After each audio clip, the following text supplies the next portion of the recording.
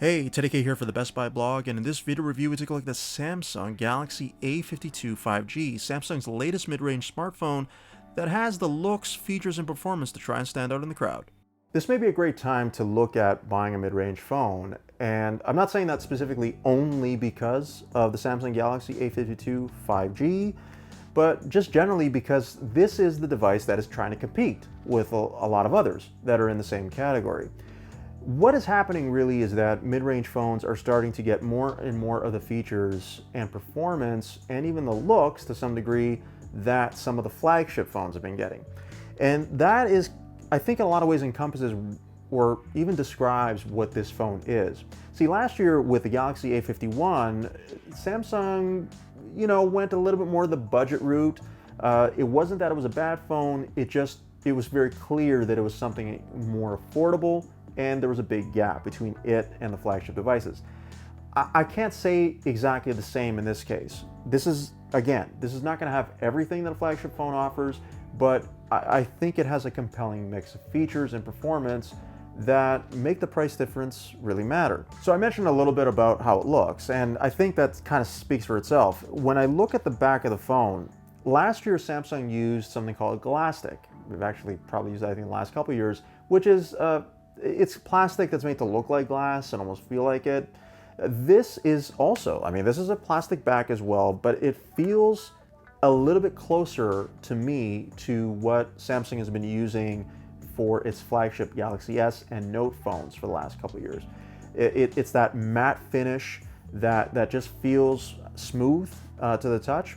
It's not exactly the same, but it does kind of feel like it, and it certainly looks like it from a distance. There is a camera bump, although it's not as big as you would find in the flagship phones. And just generally speaking, even though the materials used to make this are clearly not of the same caliber, it doesn't feel cheap, and I think that matters. The 6.5-inch display is pretty much the same as last year. There are a couple differences though, and they do really matter. Number one would be the 120 hertz refresh rate. I know that not everybody really understands what this is, or some people don't even care, but to me, I think it matters because it's one of those nuanced things that you will notice if you keep not using it after a while. So if you use it for a while and then not use it, you'll kind of notice. Navigation is just smoother. Everything about swiping and just sort of moving things around with the phone feels, I just think it feels better when that feature is on. The good news is that it doesn't kill the battery. I'm going to get the battery life in a second, but it's just good to see that it can work on a phone of this caliber and work well.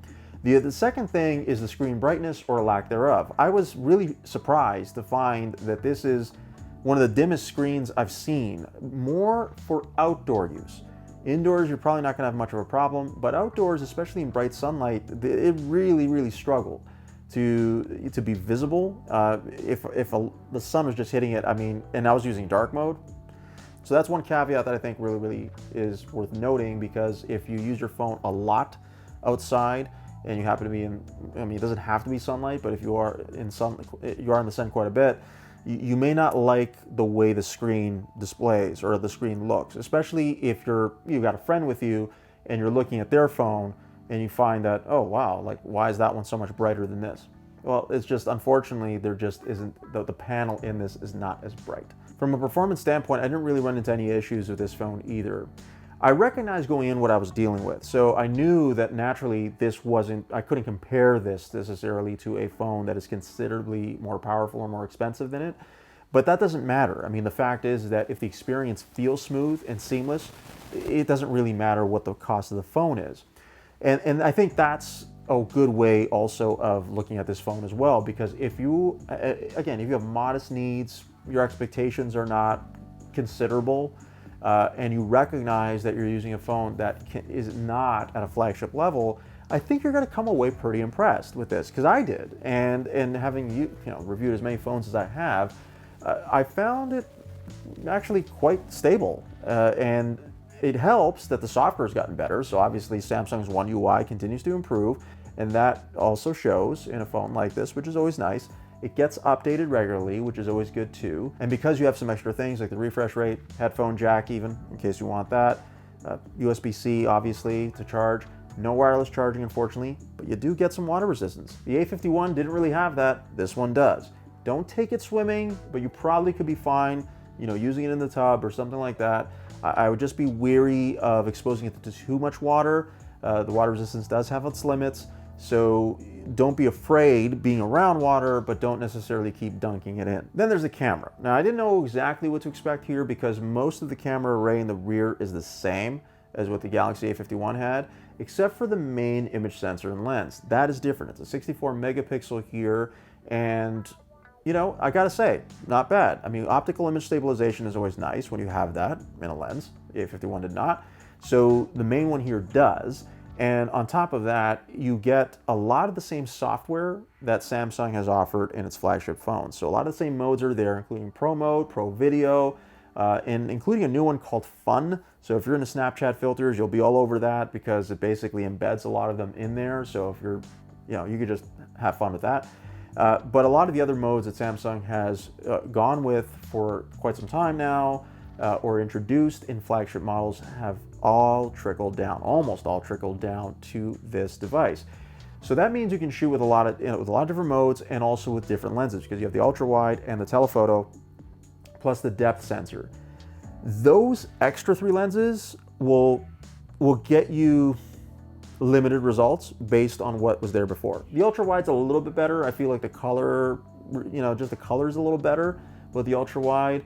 But otherwise, I didn't see a huge difference in performance. It's really the main lens that's going to deliver more of the quality that you didn't get last time.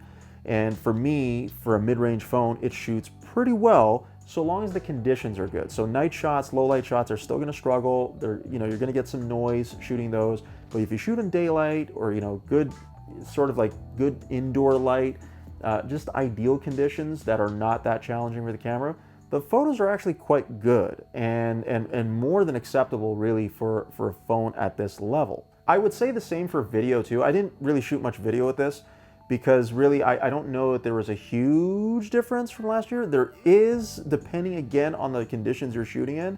So nighttime, it's gonna struggle a little bit, but certainly if you're shooting in the daytime or if there's a fair amount of light indoors, you'll be okay. So really the same pattern applies. The front-facing camera, I didn't use it very much because I don't really do selfies, but it is a different lens and sensor. So it is a 32 megapixel, and it's supposed to be able to shoot better video and photos. So if you're doing a lot of video calls, you might benefit from that as well.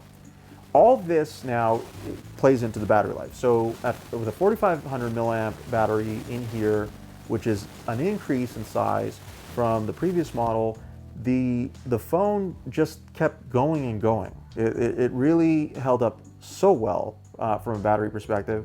I didn't lose a lot of battery life. I went full days without any problem. Moderate usage, mixed usage. I had a 5G chip in here too, which I can mention a little bit about that network as well. So it was a bummer that there was no wireless charging because I kept reaching for the pad and I would forget sometimes that, oh, that's right, it doesn't have that. But at least it would charge quickly with USB-C, so there is that. For the 5G network, I'm just gonna quickly say that while I was using it and I did test it, when it was available to me, it worked fine, it was fast, and it's nice to see a phone at this level have that. But again, if your coverage is spotty, you may not benefit from the feature because it's gonna go from 5G to 4G very just kind of back and forth. And I did notice quite a bit of that. So again, your mileage will vary depending on where you live as far as the 5G goes. And that's my review of the Samsung Galaxy A52 5G. For the Best Buy blog, I'm Teddy K. Thanks for watching.